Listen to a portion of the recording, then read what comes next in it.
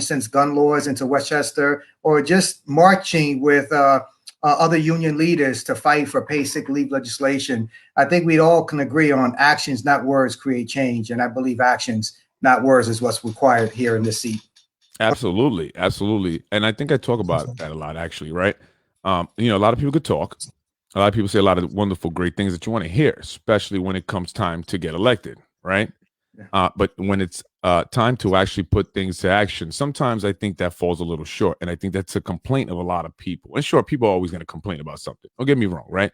But I get it. But there are things that we need to, pay attention to, right? And that's why I'm here speaking to candidates and letting them have a platform so they can tell the residents, the people, their constituents in the districts that they represent what they're going to actually do and how they're going to do it. Because it's important that we know how you intend on doing it, right? So talk to us a little bit about that. Well, I mean, I think that you're right. I think you hit the nail on the head. When I knock on doors, the biggest complaint that I hear is that you only see elected officials when every 2 years, every 4 years, when it's time for re-election. And unfortunately, that's the sad truth, not just here in Yonkers, but probably across the United States of America. And that's why I try to explain to people, like, if you really want things to change, I think we need to elect community organizers and not so much politicians. Because we're the ones that are actually out there doing the work. And there's quite a few of us, but we don't have the political experience. And that's something that you have to be a part of, like anything else. You have to be a part of that in order to understand it. And 4 years, when I first ran 4 years ago, I had no idea. If you would have asked me 20 years ago, would you be involved in politics? I'd have been like, oh, no way, nah, impossible, crazy, no. But that's where life has taken me. Yeah, and you've been involved in politics for a while now. So this is not your first run at it, right? Right. What Correct. number? This is number the second or third time. I'm sorry. Third time. That's what they say. Third time's a charm. And look, hey, I see you out there. You're definitely knocking on doors. You're very busy. I try to communicate sometimes with you just, before coming on the show, and you're like, knocking on doors, make it quick, right? So, I try to make it as quick as possible. But you're definitely out there in the community. And actually, I've known of you many years before, you and I started talking recently. Before coming on the show, from the community and the things that you've done. And I think I mentioned this to you one time, that the first time I saw you was at the Nepperhan Community Center, right? Yeah, there was a town hall meeting on the violence that was going on at the time, specifically with the gang violence and the youth.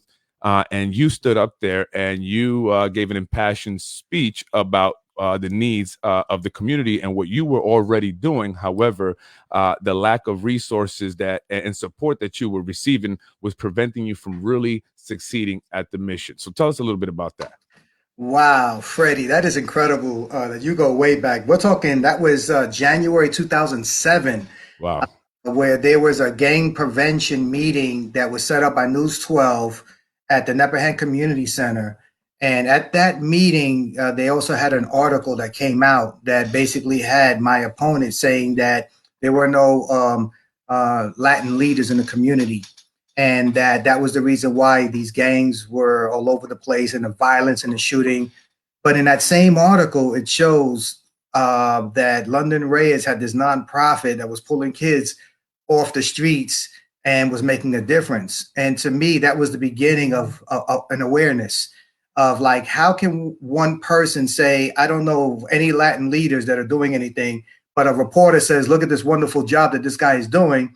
And then just 2 years later, I get acknowledged at the State of the City address by, believe it or not, Republican mayor. And I'm a Democrat. I'm a hardcore Democrat, saying what the wonderful work my wife and myself were doing, and eventually got a proclamation, and just doors started opening up because of the advocacy that we have been doing. So, wow. I didn't even know you were there, to be honest with you. That's incredible.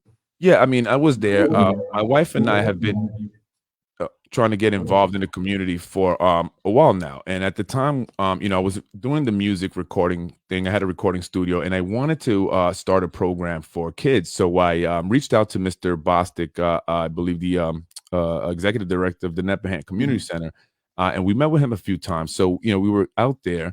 We came to the town hall meeting, and we were trying to see what's going on in the community. So for those who don't know, also, this is not something that I'm new to as well, nor my wife. And actually, we've been doing a lot of stuff that's really just been a lot of under the radar, things with the kids in the community. It's never been about, trying to gain any acknowledgement other than if we want the support, right? We want your help. That's why we mention it. So yeah, I remember that. And it was great. And I believe what you're doing is awesome in the community. And I totally agree with you, right? We got to see the politicians in the community doing things, right? Not just when they're getting elected. And also to see that you're coming in with that history already says a lot, right? It gives you some credibility. Oh yeah, sure. I mean, I think that at the end of the day, I think the mistakes that career politicians make, and believe me, this is a career for many. I could just tell you that in the last 20 years, we've only had two people represent the 17th district. And think about it, 20 years. So if you're 40 years old, 20 years ago, you're 20. 20 and 40 is night and day. If you're just a new register at 18, 19 years old, you weren't even born. So to only have two people represent us says a lot about our system. And to me, I feel like in order to create the change, we have to mobilize. And in order to do that, you need organizers. And that's what I am. And that's what I've been trying to do. That's right. And you say that they've been there for 20 years, right? Two specific people. Mhm. Have they been there because maybe they've been doing a good job? I mean, the people continue to vote them in, right? So is it that they're doing a good job? And if they are, why change that? Well, I mean, I think that the system that we have is not designed for for new people to get elected, right? It makes it very difficult. For far too long, our elected officials have continued to provide band-aid solutions to like real actual issues. Far too many campaigns are built on wealthy influences and establishment politics, which results in elected officials using their scope of influence to cater to those that have political power. And what bothers me, Freddie, to be honest with you, is that our government is failing to fix the problem that faces our community. We deserve somebody who has the courage to stand up for what's right, even when it's difficult. And people are hungry. They're hungry for change. So if you really want change, you have to elect a real progressive, one that has demonstrated through action, through organizing, and not piggybacking off of other organizations and trying to steal their spotlight or their credit. Right. Right. And you're in knocking because you've been doing that a lot, right? Yeah. Mhm. What do you find in your district, right? The district you plan on and hoping to represent is a common issue that has not been addressed since you say there've been two people for 20 years, right? What has not been changed that needs to be changed? Well, I mean, I think when it's all said and done, to simplify, which is hard to do, I think that what the community is looking for is for a leader to put working families first and not developers or corporations. They want a candidate that serves the people. And, candidates running for office serve the people. I guess the best way to put it is depending on where your support comes from, right? Your financial support. That's really what your policy is going to be based on. And this is an inherent conflict that won't change unless we take money out of politics. Right. And your area of coverage is the Ludlow area, correct? Would that be Yeah. the train station area? That's Right. one. So my district, very quick, is just three basic communities. You have the Ludlow Park area, you have the Nodine Hill area, and then you have the Park Hill area. So your district would cover the area that they're speaking of now in terms of the developments. Councilman John Rubo is pushing for the developments there in that area. I believe the city council president Mike Cater is wanting just to pump the brakes a little bit, not because he doesn't want the developments, from what I understand, but he wants to negotiate for a little bit more from the developer. What do you say about that? Well, listen, development is good, but it depends on where you're developing, right? I mean, I haven't seen any development in Nodine Hill, and that's the most impoverished community in all of Westchester County. Nobody ever talks about Nodine Hill, and that's very disappointed. And to be honest with you, I'm just disappointed in our system because both parties are guilty of putting power before people. They prefer to provide lip service instead of community service. What bothers me is that our government is failing again to fix the problem that plague our community because career politicians are focused on pleasing their donor class opposed to the working class. They're focused on serving those with political influence instead of those who have no influence. They're focused on increasing wealth for themselves and their network instead of ordinary people and their net worth. They prefer to help the rich over the poor. That's the common truth, to be honest with you. Yeah, I mean that's definitely a common problem, right? In politics in general, right? And that's a very valid concern, and I think that's one that's been brought up many times here in the city of Yonkers, right? But it's up to the people, right? Mhm. They have to vote for the people, the right people in. So they have to be the ones to take the responsibility and Yeah. inform themselves on what's going on, which is why I did this podcast, right? And which is why I have you on. So, how do we get the people to be informed and go to the polls and vote the way you believe they should vote? Man, that's a great question. There's no silver bullet, unfortunately. It all comes from grassroots and it comes from just being persistent. I think that when people see me, so I'm not the same person I was 4 years ago when I first ran, right? I had no idea what I was doing.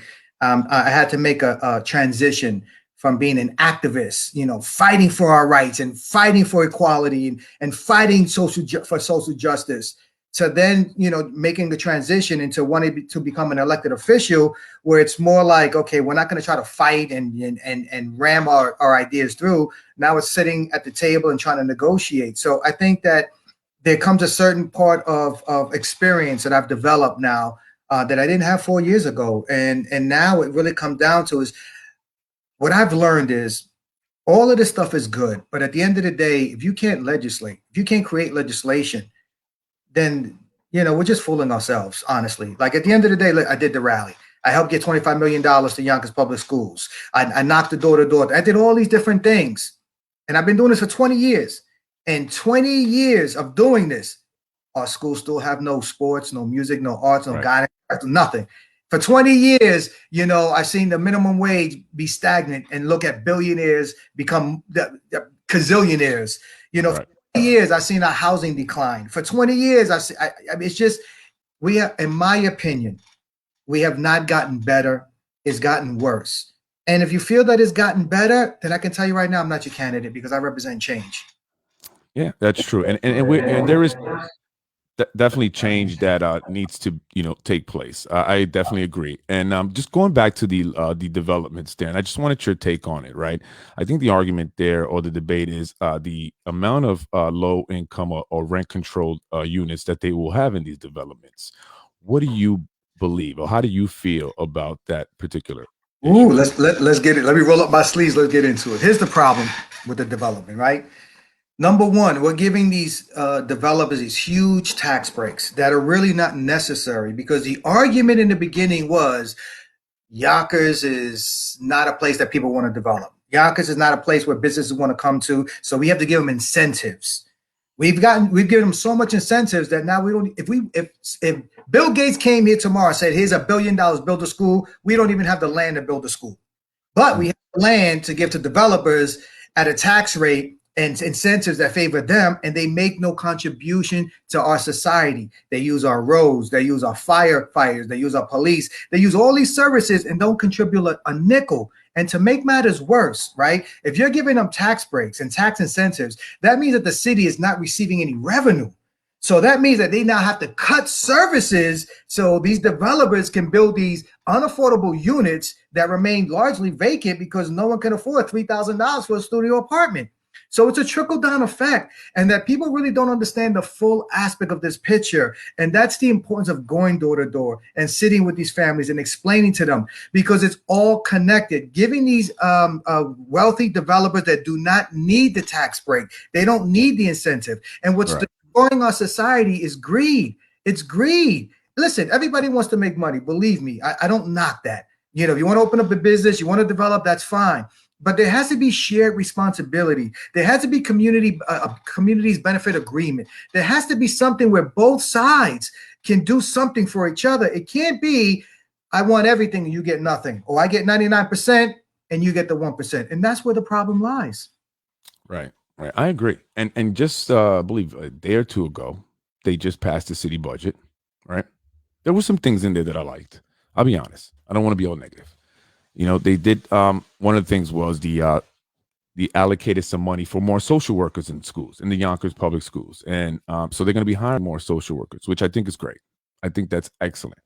But you do bring up a good point, right? I mean, if we can maybe negotiate a little bit more, right, and we can get some more of this money that we fall short every year, it seems, or at least negotiate something specifically for the communities in terms of city parks or improved schools, right? State of the art schools, maybe even a new school, right? So I think that, trying to push through without negotiating a little bit more, to me, is maybe not doing the residents any justice. Right? That's what I think, and that's what I believe. But you guys are the ones that want to be the politicians. You're the ones that have to figure this out, right? But it must be figured out. And I definitely think that we cannot neglect the city residents that have been here for a long time, and the areas like Nodine Hill. I totally agree with you. And in fact, Nodine Hill, as you say, it's getting worse. Yeah, I was there not too long ago. I have a client. We doing some work to the house, and I went to the food town over there. I pulled into the parking lot to go in and buy something, and a prostitute walked up to my car. It startled me a bit. I think she like realized, no, I'm not here for that, and she walked away. But I've noticed that there's an increased, number of the prostitution in that area now in broad daylight. This was the daylight. This wasn't at night, and it also broke my heart the other day as I pulled up to the light on Elm Street in Nepperhan, and I saw a former student of mine aggressively begging for money. I pulled over. I asked her what was going on, and she's addicted to drugs. I gave her some money. Got her off the street though for a little bit. She bought some tea. I bought her tea, and this is not being addressed. One of the big issues, and I think all the politicians, bipartisan, right, and whether you're in the county end or in the city end, what needs to be tackled is homelessness, addiction, and mental health, because the three of them are kind of colliding to create this huge problem here in the city. What do you think about that? I think that once again, you're absolutely right. And when you talk about all of these things that are happening, right, it affects our quality of life. And it's all really boils down to the inequalities we have in our system. So what do I mean by that? When you cut services, like say after school programs, for example, and these kids are now don't have a place to go. They don't have mentors now. Who do you think raises those kids? The streets, right? So now, Absolutely. yeah, so now these street mentors are raising these kids, and there's a certain point where you're kind of like molded. There's no really changing. I mean, it takes a very unique situation for people to change. You're living like that your whole life, right? So as you get older, the situation doesn't get any better. It only gets worse, right? Those are the things that lead to the struggles. Those are the things that lead, if you don't have a career, right? They're taking away careers and they're replacing them with jobs. There's nothing wrong with having a job. I prefer a career, to be quite honest with you, right? And that's why these politicians are in office, because that's their career, right? They get great health benefits. We don't get health benefits. That's why I believe in Medicare for all. I believe that we should have a healthcare system like other countries where if we're feeling sick, we don't have the pressure of feeling, do I feed my family or do I go make a trip to the hospital? And those things are those are the reality. Like a lot of people are disconnected. What really made me start getting involved in this, to be honest with you, Freddie, was when I started working with these kids and these parents. I didn't really think about it as politics. I just thought like, hey, I like sports, I like being around kids. But then when you start to see these kids and you spend time with these kids and you start to see the deficiencies and the lack of food and clothing, and you're seeing them dressed the same way 3 or 4 days, and you're starting to see that they're hungry all the time. And I see a lot of elected officials feeling proud, like, hey, we're doing food pantries, we're giving food away. My philosophy is this: would I rather have you give me free food, or would I rather have you give me a career where I can buy the food myself? These are the real choices that we should be asking and holding these career politicians accountable for. So it looks great. They take a picture, have a sandwich in their hand, they're feeding people, but that people don't want to live that way. People want to provide for themselves. We have dignity, we have honor. We're not asking for handouts, but they're putting us in this economic duress where we can't. Who can afford $3,000 a month rent in Nodine Hill? It's not realistic. And we continue to give these tax breaks to wealthy people that don't need it. It's not warranted. Look at our schools. Every time I turn around, they take an old school that's abandoned or a school that's no longer in use and they convert it into an apartment building. I mean, it's all over the city. It's not unique. I mean, I can't believe, and I say to myself, we can't even build a new school, and we're converting old schools into apartment buildings. That makes you think, what is going on with that we could afford to build apartment buildings, but we can't afford to build schools? And then we build 30-story high rises where we overpopulate the communities that lead to more pollution, that leads to more traffic, that leads to just, it's incredible that they've been getting away with this for so long. And now there comes a point in time where I believe in my heart that the community has finally said enough is enough. We need to focus on stopping this. What do we have to do? And I think that me getting beat up, because getting into politics is not easy, but I'm tenacious. I never left my community. I've never turned my back on my community. I've never left my community. I've stayed there no matter what has happened. And I think people respect that. They appreciate that. And when they look for their elected officials, I believe that they want somebody, win or lose, they're going to stay in there for the fight to the very end. And that's what I represent. You're definitely a fighter. You always mention that you're from the Bronx. I'm a fighter from the Bronx, right? You know, Bronx people are aggressive. My wife is very aggressive now from working in the Bronx, 13 years.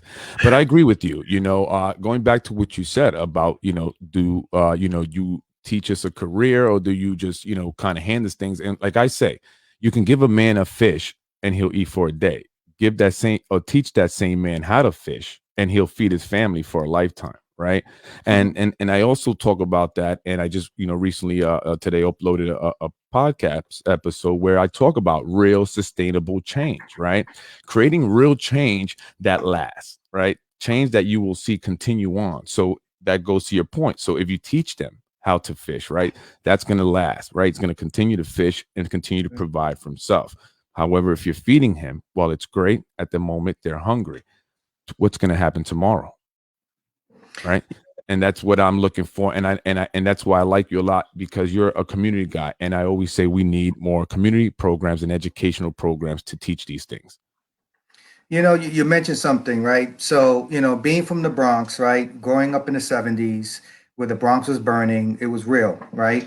We literally had blocks, not like, I mean, like when I say blocks, I mean, you can go like 10, 15 blocks and there was nothing there but rubble. And those were our playgrounds, right? So I grew up on a system. I grew up, you know, receiving welfare.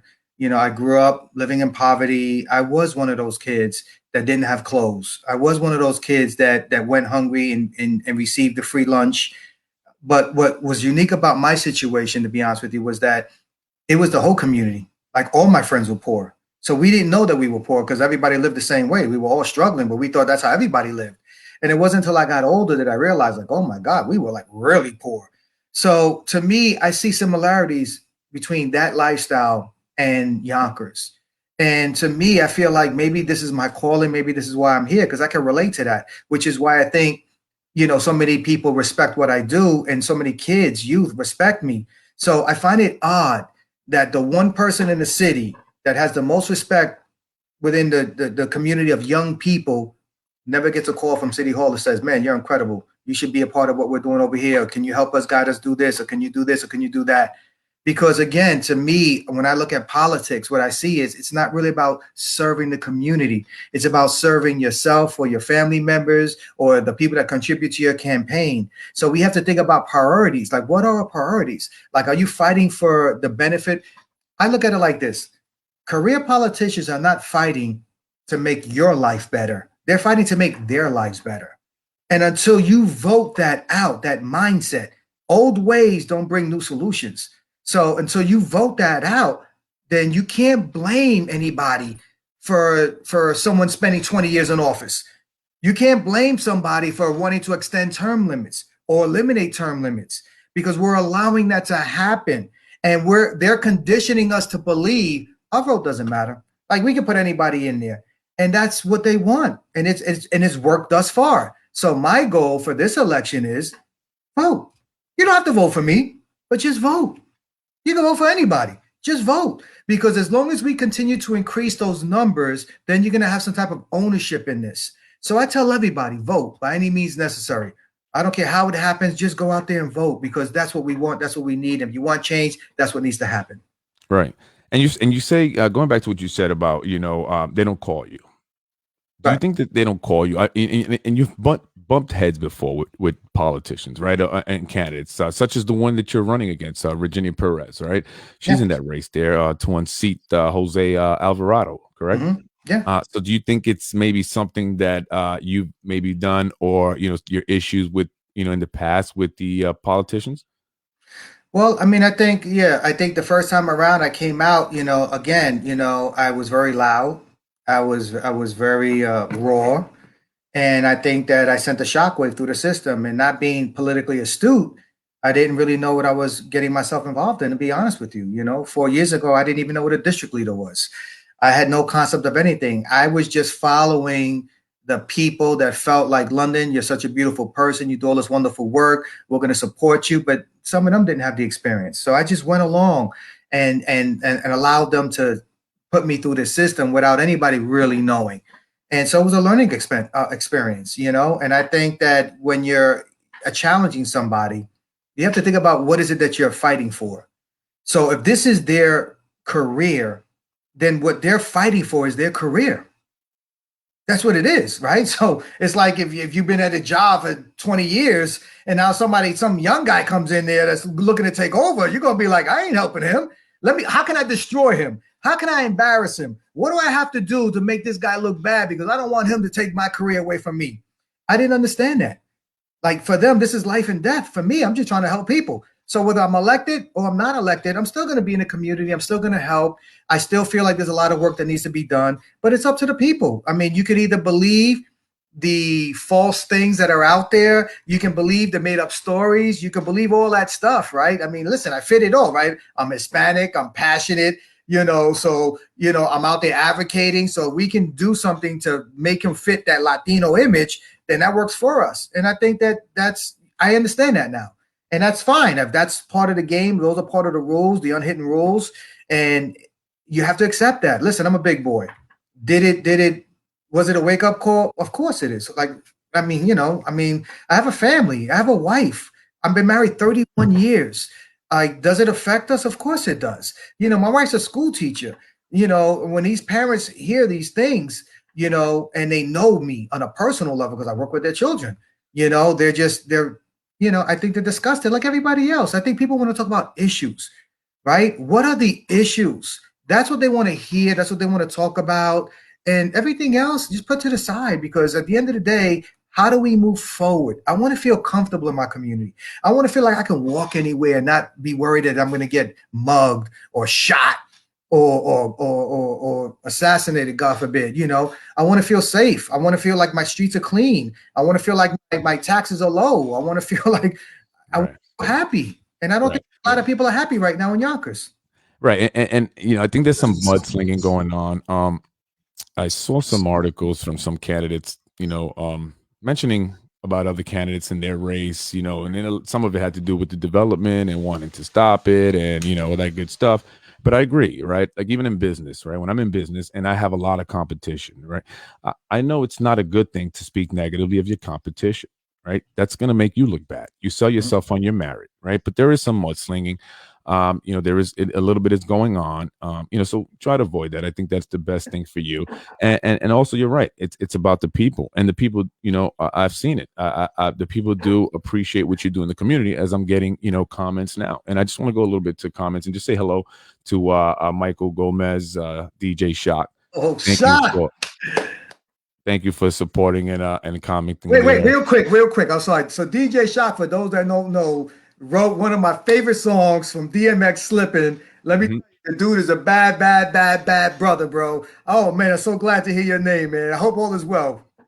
Yeah, he definitely supports there. We appreciate him. Grammy nominated producer. Yes. Got to mention that. Yeah. I want to say hello to Samantha Peterkin. I worked with her actually in a school for special needs. So, I did a lot of that stuff for 8 years. So I worked with children. I've also been in the community as well. And Suli Ramirez, go London Reyes. Speaking truth, community first, developments for equal housing, minority projects, enhancing the community. Vote London Reyes for change. He advocates for the community, right? And she's encouraging you. She's telling you to preach, brother. Preach the truth, right? All right. So you have the fans out there. You have people that seem to want you to be that person, right? And now you're going against Virginia Perez once again against the incumbent Jose Alvarado. And how do you feel about it? How confident do you feel? Ooh, well, let me tell you, man, you're talking about two heavyweights right there, right? Virginia is a tremendous campaigner, and you have to respect someone like Virginia Perez. She is a lioness to the nth degree. So she threw me a beat in that first round. That woke me up like, whoo, where's the smelling sauce? Because somebody like wake me up, And then, Jose, listen, the guy's been doing this for over 20 years, so like he's got a lot of support. So, this is like, the Thriller in Manila, this is a 15-round battle. Is probably going to come down to the wire. And you can pick any one and you can make an argument that each one can win. There's an argument for all three of us. For me, like I said, I feel like my campaign is really about values and who has the values to represent you in the 17th district. And during crucial times, you need a leader that you could depend on, not a part-time worker. So I know that this position is considered part-time, but it's not part-time. When you're out there trying to save lives, when you're out there trying to make a difference, when you're out there, I tell all my kids, if you're not trying to make history, then you're not really trying. So anybody that says that this is a part-time job, how do you vote for them? This is a full-time job. There's no question about it. Yeah, absolutely. I would imagine it's more than a full-time job, right? I think you have a lot of overtime in this job, on weekends and things of that nature. Yeah, but definitely. Now, I just want to talk about the Hispanic community, right? Being a Hispanic. What is it that you think or believe the Hispanic community needs that's not, needs that is not, being served? What needs are me being Hispanic also, what needs are not being met for the Hispanic community? And how do you plan on fighting for that particular group being a Hispanic? So, that's a very powerful question, and it's complicated in the short time, but maybe at some point we can discuss this further and in depth because it's really not a simple solution, right? Because what people don't understand about the Hispanic community, for those that are not Hispanic, is that, we're like, we come in all flavors, right? Some of us are light, some of us are dark, some of us are tall, some of us are short, some of us are Puerto Rican, some of us are Dominican, some are Mexican, some are Ecuadorian. And, depending on where you come from, right? Ultimately, yeah, we all may speak Spanish, and we all may be Hispanic, but the culture is a little bit different, So, Puerto Ricans, Dominicans, and Cubans, come from the Caribbean islands, are a little bit different than those from South America, Central America. So it's no, silver bullet that you can sit there. But what I like to say is that for me, in my experience, I don't really see Latin bonding the way it should be. Dr. Fred Hernandez and I, back when we did the SOS rallies, he approached me and he was shocked that we were able to have such a huge turnout. And he basically said that we don't know who you are, where you came from, but bro, if you can do this with no help, we need to start working together. And then we formed the Hispanic Coalition. And that's how I got to meet a lot of the prominent Hispanic leaders. I didn't really know a lot of them back then. And my critique to them, which back then might have been a criticism, was basically like, what happened to that generation that was supposed to pass that knowledge down to people like me? What happened to them? Like somehow we skipped a step here. And so when I came into the picture, I felt like, well, where do I go? I don't really see like, a mentor or anything like that. So I want to be a mentor for the Hispanic community, and not just for the Hispanic community, but I want to help everybody. And I just feel like we're all distant in some way, right?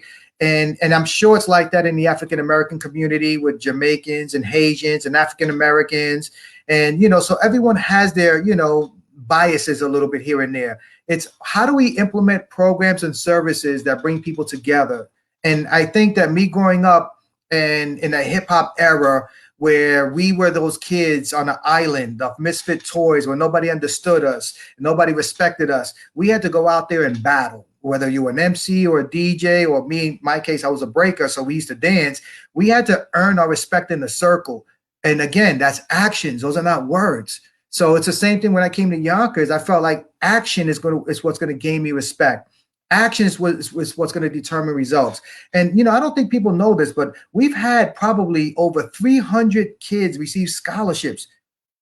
Like just going through our programs and taking advantage of our services, and a couple of them receive full scholarships, like Division I scholarships, for all different reasons. So to me, it's really about the work. It's not about the titles. It's not about the name calling. It's about, can you put the work in there? Again, this is a full-time job. If you're working 9 to 5, do you think that the county is having meetings at 7 o'clock at night? Of course not. So how are you able to function? I don't, and then we wonder why we're having all of these issues because we don't have somebody there representing us. And that's what I'm looking to do, represent us. Right. And looking up at the statistics, right? Yonkers is made up of about 38% Hispanic, right? That's a pretty big number. Yeah. That's a pretty big number. Listen, Freddie, some might argue it's higher. Yeah, and I would, and you don't see that same representation within the Yonkers government, right? I wouldn't say the 38% of the government is Hispanic, right? So I definitely would like to see that more Hispanic, political leaders, seeing that we have such a big, population size here in the city. Yeah, and like you said, we're from all over, right? All of Latin America, Central America, the Caribbean, sometimes we don't get along. We're like family, right? We're like family where we don't get along, but we should come together when someone else is going to mess with us, right? So that's how we usually do, the Hispanics, So, but definitely, I think that community, our community, definitely needs to be, paid attention to. Yeah. Paid attention to. I think we're coming.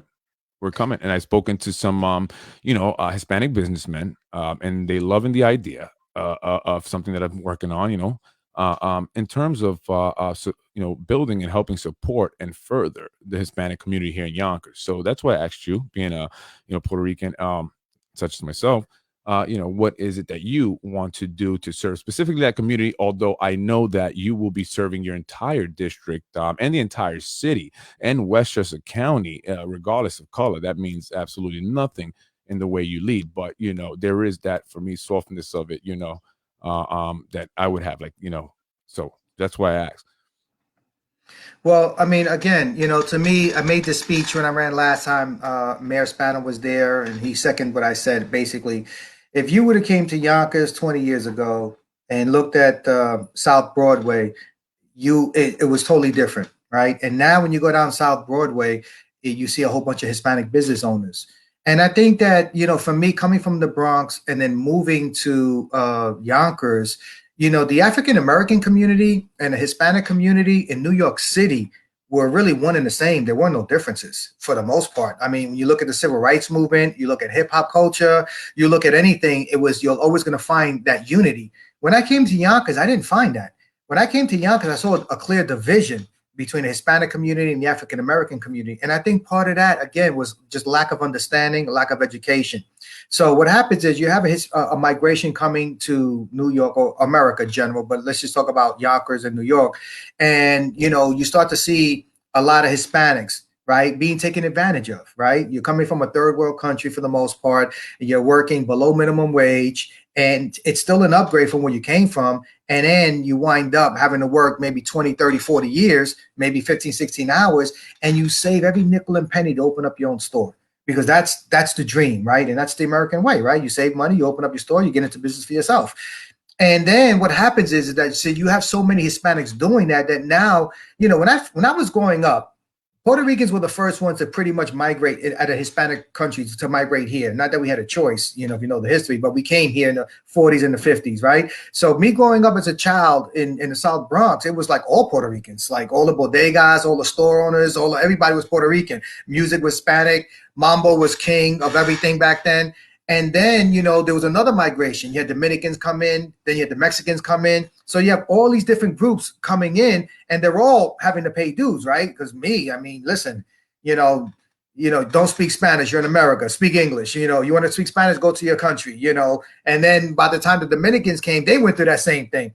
And then when the Mexicans came, they came through it. Then the Salvadorians. So we all have to pay a price, right? But at some point, we have to learn to coexist and work together. And I think that that's what we're lacking here in Yonkers. Where is the leadership that is bringing everybody to the table? I don't see that. The last time that I've seen that happen was when we started the Hispanic Coalition. If there's something out there that they brought us all together, please let me know, because I haven't witnessed it. I haven't been a part of it. I don't know. Maybe there is out there. I haven't seen it. Well, we definitely need the coalition, but I think that's in the works. And I think that, that'd be definitely something that, we'll be hearing more about soon. The changing pages a little bit, turning the page here. Now, London, give me your 3 main points of discussion, right? What is it that you would do, day one, if elected, to the Westchester County Legislator, District 17's office, what would you be working on first? Woo, that's like, politics 101, right? What are your 3 points? It's never that easy, but I'll try to do the best I can, because really that's it's like holding water in your hand. It's gonna, there's so many things, right? So right. Well, give me three that right. That you're definitely, I think there's that some, main points that a politician, if Yeah, I yeah, were to be running for something, I think I would have some, target points that I would yeah, definitely yeah. want to Right. focus on. So for me, the big thing is inequality. Now, what falls under inequality? For me, housing. Now, what do you mean by housing, right? You have affordable housing that's really not affordable. I don't know why they call it affordable housing, because nobody could afford it. And the problem with affordable housing are two things, right? So when I first ran 4 years ago, everybody was talking about 10% affordable housing, and I talked about 20%, and that was radical. This guy don't know what he's talking about. How can he run for office? He don't know the issues. Who's going to 20? Nobody will settle for that. Just 4 years later, everybody's talking about 40%. 20%, right? So 4 years ago was radical. 4 years later, it's common sense. Now, are we going to get 20%? Let's be honest, no. They're going to settle at probably 15, right? I believe we should be talking about at least 25% affordable housing, right? When you talk about 100 units, you're talking about 10 units. So now you're going to get what? 5 extra units? Like, that's what we're fighting for? 5 extra apartments?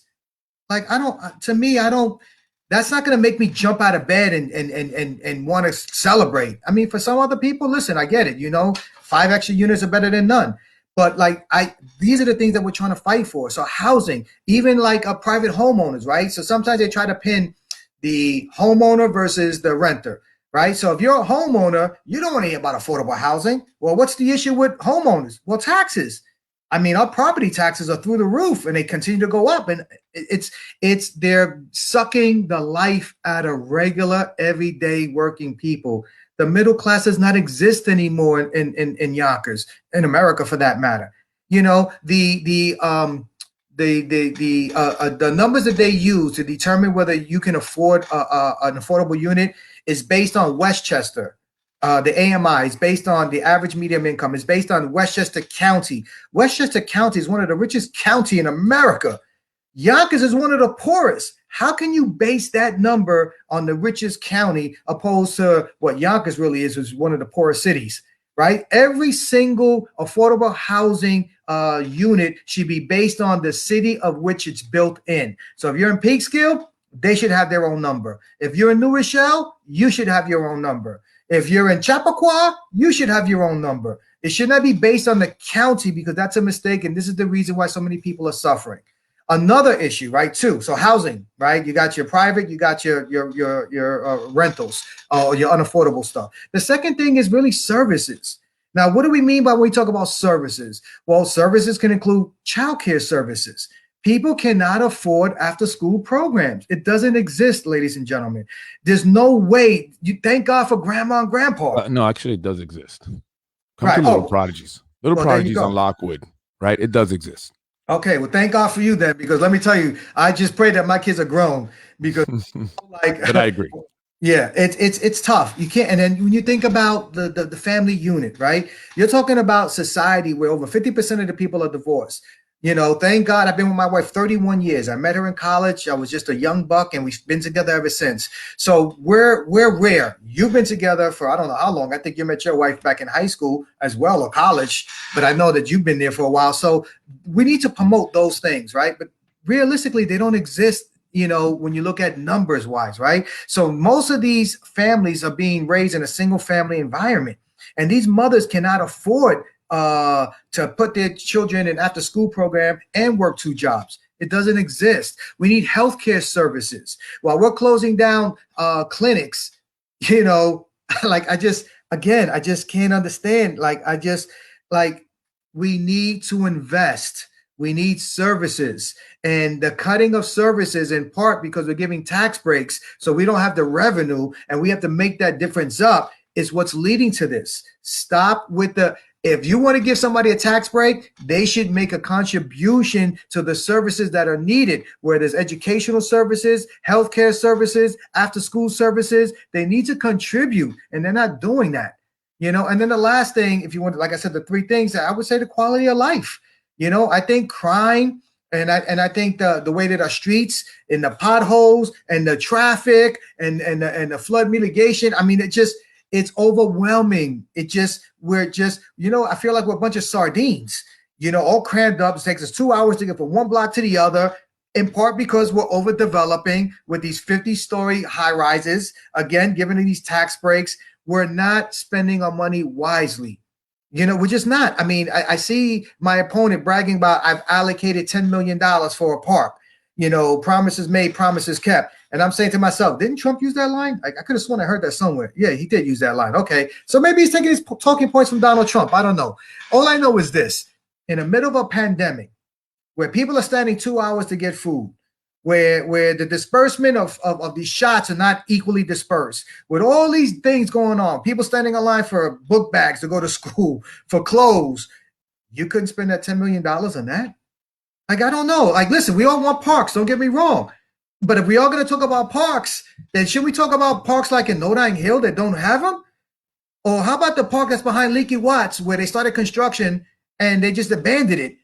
And it's just literally like this. You still see the cranes there. It's been like that. It's all rusted out. Yeah. Like, so it's about priorities.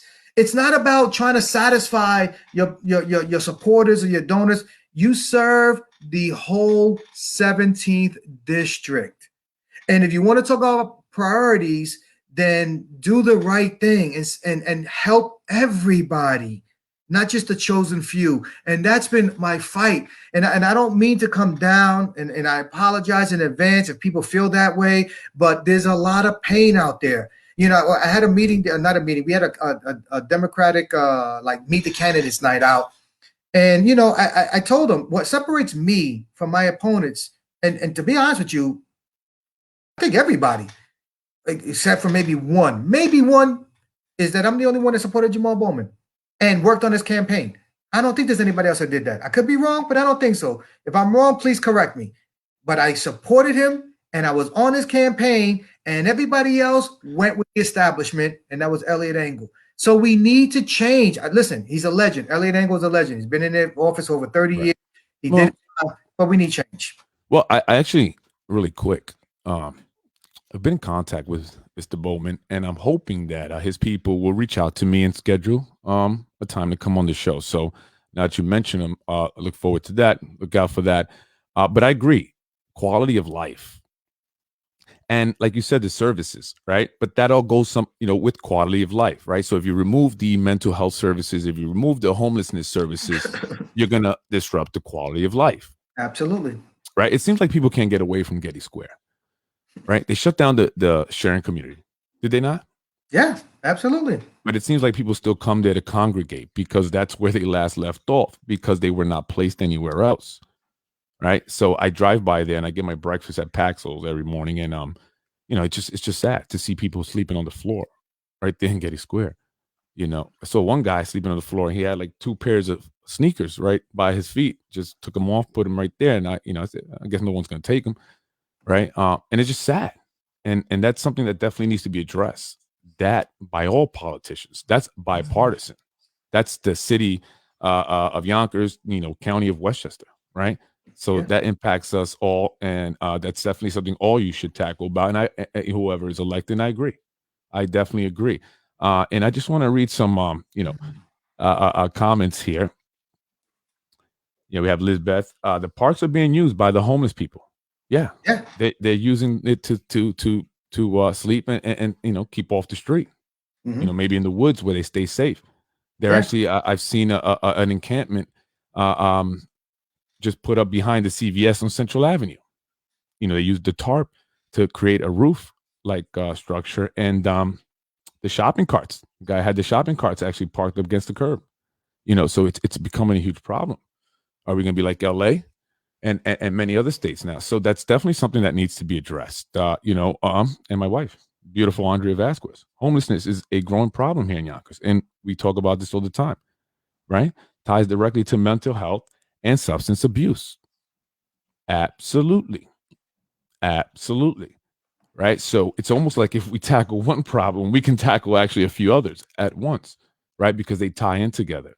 But for some reason, and like I said this before, and maybe I say it jokingly, but maybe it's not, Are they wanting the area to just go down the drain?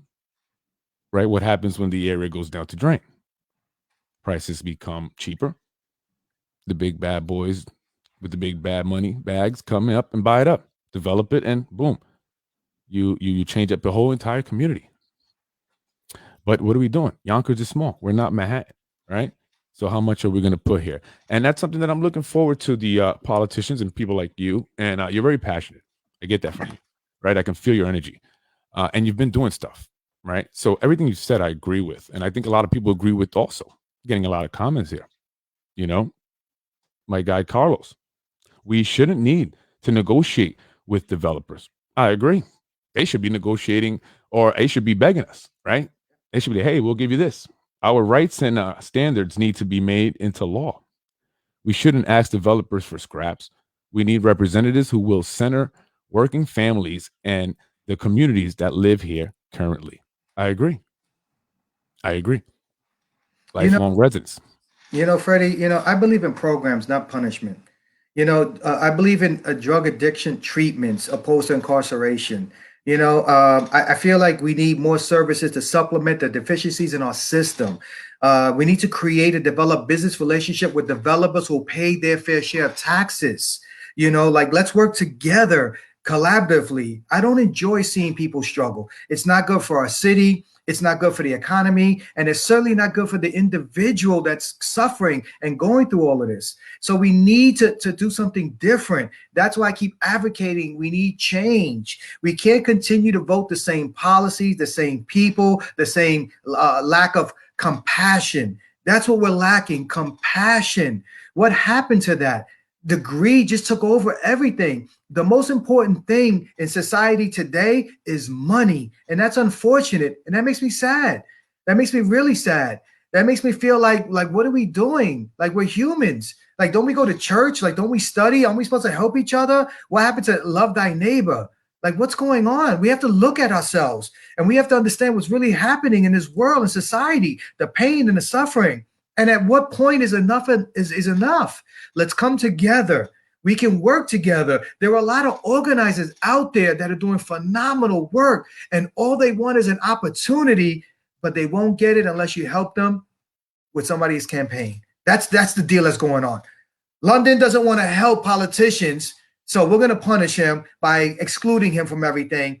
And this doesn't happen to everybody. So I'm not saying every organizer or every nonprofit, but right. That's not like how the game works. It's like, you scratch my back, I'll scratch your back. If not, we'll toss your side. There's another organizer. There's another nonprofit that can use our money, but you just got to work on our campaign. We can do behind closed doors. We'll do all of that.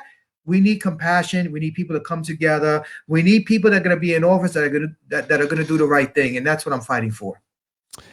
I want to just acknowledge Nancy Cater Maldonado, and I want to just send my condolences to the family. Right, yes. They recently suffered a loss of a beloved family member. So my condolences, from my family, myself, from the show. But she's very right. She said compassion is out the window, and that's something my wife and I talk about a lot. Right, we don't lead with love anymore or compassion for each other. We're so competitive, and this is a macro issue, right? This goes for globally, nationally, right? As a people, we're just not connected anymore, right? And everyone is out for self. And I even spoke about this in the podcast I uploaded earlier regarding the nonprofits here in this in the city, right? They're competitive. It's like a business. I can believe it. I said, wait a minute, we're competing to see who's going to actually help. Isn't it the more the merrier, right? But like you said, it's about who's going to get some funds. Right? Hey, listen, I don't care who gets the funds. Do something with the funds, right? If you're going to receive money, then do something for the community and then show results. Results. Let's see actual change, right? But compassion. Yes, we have not led with compassion, and people are just so competitive, and we just, drive by, see someone sleeping on the floor and you just don't care. I mean, when I saw that former student of mine, she was 12, 13 years old at the time, it broke my heart. I drove home with my mouth all the way open, like I don't even know, almost crashed. It was unbelievable to see it, right? And no one cares. They drive by her all the time, and no one seems to care. And that's what it seems like anyway. So we definitely need compassion. I agree with you. So I definitely that, and also religion. And I don't want to get into that too much, but I think that we've lost a little bit of our way, with removing religion out of the schools, out of other places. We need to get that spirituality back. But that's a whole nother conversation. Let's keep it to politics. But I agree with you, London. I definitely agree with you. And really quick, I want to go to just a little bit about the AA program. Some of the the programs that you ran and you started and you were doing out here. A lot of the kids I know in Yonkers call you coach even to this day. It's kind of like my wife. Even when they're older, they still call them Miss A. They still call you coach. Tell me about that. Oh man, listen, oh my God. Thank you for that. I didn't,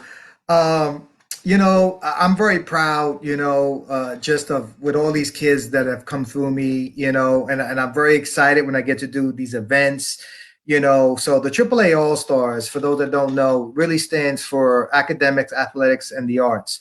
And when I first came about this, I was like, like there's so many kids that need help and they're deemed special needs or special ed, or they have some type of social defect. And like I said, I can relate to that because that's how I was, looked at my whole life growing up because, of a lot of different reasons. So I can relate to all of that. So I basically said, you know what? Just like AAA car service, when your child breaks down, you can call us. We're the AAA All-Stars and we'll repair that child. And, by the grace of God, like I said, we've had hundreds and hundreds of kids go to college. So I'm proud of that. But also we've had kids that played professional sports.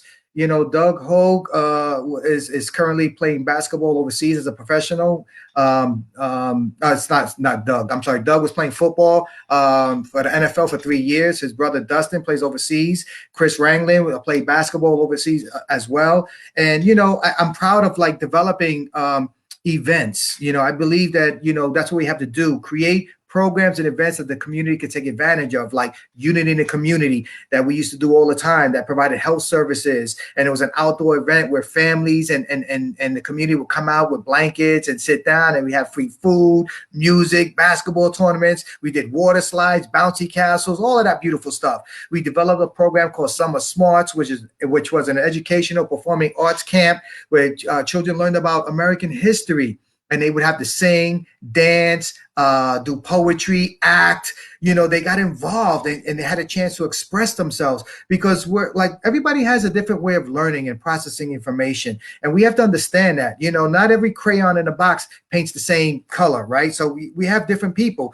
And just like even our parties, our senior dance parties, which provided social interaction programs and exercises for those that are in isolation to offset the isolation, right? And health issues that seniors face, because let's face it, sometimes we get caught up and we have so many things going on in our lives. Sometimes we can't always make those rounds. And I enjoy the interaction. I enjoy bringing these young kids with that older generation. They can talk about history, what it was like 40 years ago. And these kids are like, wow, really? Pizza used to cost 15 cents? Whoa, a soda pop that was like 10 cents? No way, and you see all these interactions, and the kids would make bracelets and necklaces for the seniors and they would love it. And we have to get back to that, and the parents, when they do these outdoor venues with us and they would chip in and they would help us cook and stuff like that. We need to bring that back to Yonkers. We need to bring that back to society. And I think that people that are doing those things and helping, people like Diane Sanchez, who, oh my gosh, she's doing a gazillion things. Like there were a lot of Lucy Casanova, who used to do these phenomenal like festivals and parties. Like it was incredible when I came to Yonkers. I was like, whoa, this is great. Like there's so many people that were out there doing so many things at one time, but nobody really got all together and did it. And it would be my dream and my hope, that if I was to get elected, that I can bring all of these people, all of these leaders, from whatever background, and come together and start to put our resources together and to truly give back, but not once a year, like most people do. They'll do book bags giveaway once a year. We have to create programs and services that are consistent, that'll be there time in and time out. So when there's consistency, like in any relationship, right? If there's consistency, that's gonna build to love. If you calling me once a year, I don't think you love me. So that's what I want. I want consistency. I want people to be together. Let's work together. Right. I'm hoping for that. I agree. And I've been talking a lot about this basketball tournament thing, right? The all city Yonkers basketball tournament. And I've spoken to you about it because you have that experience in setting that up. And I'm excited. I've been talking to people in the community. People want it. Let's do Yes. it, right? What's stopping us? Who's stopping us? Oh, we need permits to play in the park for the kids. What do you want? You want them to be out in the street committing crime, or do you rather have them in the park playing basketball? But if you want us to get permits, we're gonna get delayed. We're gonna have problems. Please help us. Right? You are looking to get elected, and you have that experience in organizing these things, right? That's what we want to see. I want to do it. I want to do it this summer. And I'm saying it loudly here. All politicians, hey, I said it loudly. I want a basketball tournament for the kids here in the city of Yonkers. Let's do it. I hear a campaign costs about $30,000 to $50,000 to run a good one, right? Take it out your pocket like I've done. Put some money up. If you can't get it from the city budget, get it out of your budget. You know what I'm saying? And let's do it. Let's make it happen. Ain't nothing to it but to do it. And that would be great. And we need to see more of that. And I think that if you were elected, that we would see more of that. I believe it because you've done it. You have a proven track record. And that's what we need to look at, right? The track records of the candidates. What have they done besides knocked on your door during the election season, right? That's what I want to see. I'm pushing for it. I hope you can help me push for it. And also, you're going to need the community, right? The organizers that you spoke of, right? You've spoken of the community organizers. There are a lot of great organizations out there, like We United, for example. They're very passionate about the community. They want to do a lot. And these are the people you're going to need. And you guys out there, if you're hearing me, community organizers, nonprofits, community leaders and activists. If you're looking to do this stuff and make this change that you speak of as well, then you need to vote the people that are willing to do it, the people that have done it, right? You have to go out there and vote. Register if you're not. Let me just say for the record, win or lose, I want to be a part of that. I want to help. Right. I get that, and you've already shown that, right? But I think, like you said earlier, that politics plays a part in what happens in the community, even when you're talking about the nonprofit stuff, right, and the charity work. And we need that assistance, right? So can I touch on that? Because that's a really good point. And so when I first came to Yonkers, right, when I first started coaching, there would be literally 40 basketball teams. You had the street teams or the public teams. That's where we came from. You had the school teams, and you had the private teams. You had the CYO. Your Christian youth organizations. There were a gazillion teams, and these tournaments were phenomenal. Culver Street Park was lit. Everybody was there. The NEP was packed. So it was exciting, to go out there and compete.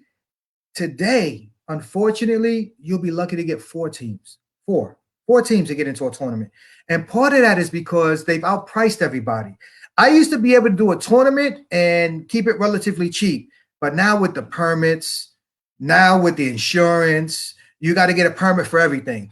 If you look across the street, you need a permit for that. If you blink your eye, you got to get a permit for that. And there's a fund for everything. You got to, there's realistically, the people that do the coaching are just family people. I got kids, I want to coach, I want to help out. They don't have $10,000, $15,000 to put these things together. Where are they going to get that? And then we look to say, well, why don't we have programs? Because nobody has $15,000 on the side that they could just blow out in 2 months. We have to make it affordable. We have to get people to understand that there are people out there, myself included, that are willing to do it. I've never gotten paid to do any of this stuff, ever. I do it because I know there's a need. I know that there's a desire for this. So I don't mind spending my own money. I don't mind giving my own time. Now think about it. The most precious thing that anybody could ever give somebody else in this world is their time. Because once you give it, you can never get it back. And I'm happy to give that. I've done it for at least 20 years. And I enjoy doing it because it makes me feel like I have a purpose. It makes me feel like, my whole life trying to understand who I am. What am I about? Why am I on this earth? Why do I go through these struggles? Why am I going through this pain? And for the first time in my life, I feel like I get it, to help others understand the struggle that we must go through to get to where we must get to, right? Not everybody sees the vision, right? Just because you can see doesn't mean you have vision. So what does it mean? It means that sometimes you have to bear scars. You have to pay your dues. And I'm doing that. And I'm sure that I'm still going to, get more scars. And I'm willing to go through that because I know at the end of the day, for me personally, I want to make a difference. It makes me feel good. I feel so proud when I see these kids, people like Felicia, who became a spoken word person. She's an organizer. She's doing wonderful things. And I see these young people that are like Lisbeth, they're rising stars, and all they need is a platform. All they need is an opportunity, just a chance. And I see people like Stella, who's like my daughter, who has a double master's in English and education. And I see it when I first got her, she was shy, she was embarrassed, and then she just blossomed into this beautiful flower. And now she's running for office. And I'm saying, we need people like that in office that have gone through this and understand what Yonkers is about, where their family members committed to Yonkers. Like, we need to find people like that are going to make a difference in society. And we need to support people like that. We need more young people involved, and that's what I'm offering, those opportunities. And I'm willing to pay my dues and do the work. But we need help. We need to come together. And I think then and only then we can see the change that we all want. We all want that.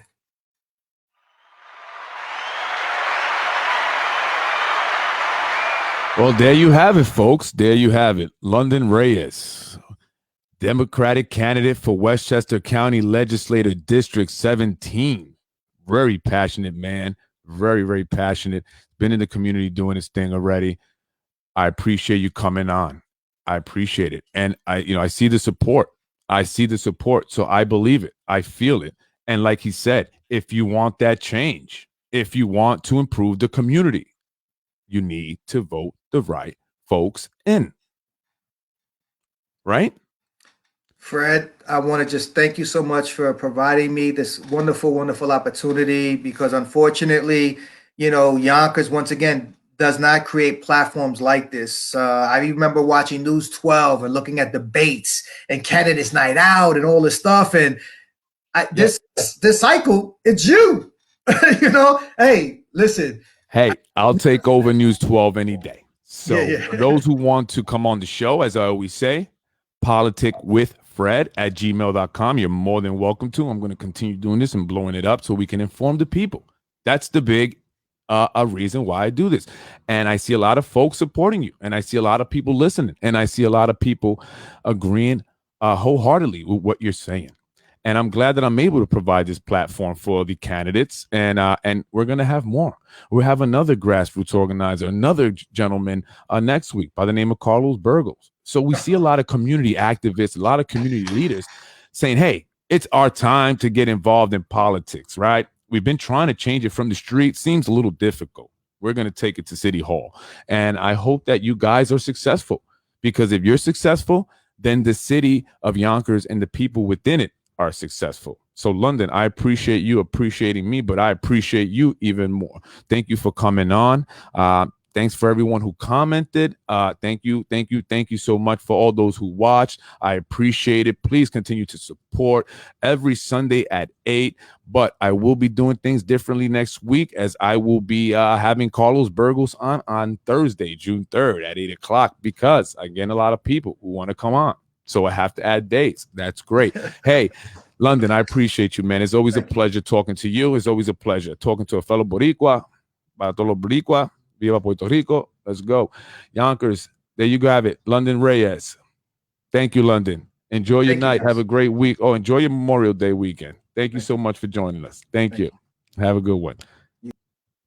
Well, there you have it, folks. That was London Reyes, Democratic candidate for Westchester County Legislator, District 17. Go out there and vote for the man if you believe in what he just said.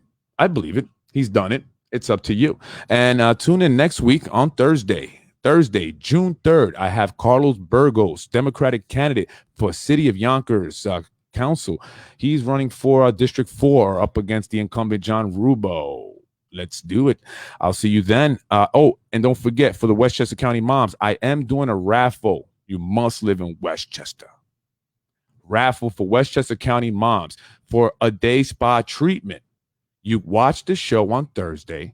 You comment while live, mom, and I will announce a winner towards the end of the show. And you will get a nice day spa treatment on Basement Politics, and all the children of Yonkers. And for the dads, I'm not leaving you guys out. I know it's Father's Day, so I got some special for you. I will be raffling off on June 20th, where I have Mike Cater coming on the show, a Lamborghini ride in a Huracan. We will be taking the Yonkers or Westchester circuit. It'll be a 30-minute ride from Westchester, Yonkers to the city and back again in a convertible. Join me June 25th for that ride. The winner will be announced on June 20th. So if you're a dad, right, watch the show June 20th at 8 o'clock. That's a Sunday. Comment dad. And if you're from Westchester, and if you win, you will be riding along with me. All right. If you're scared of speed, then don't even enter.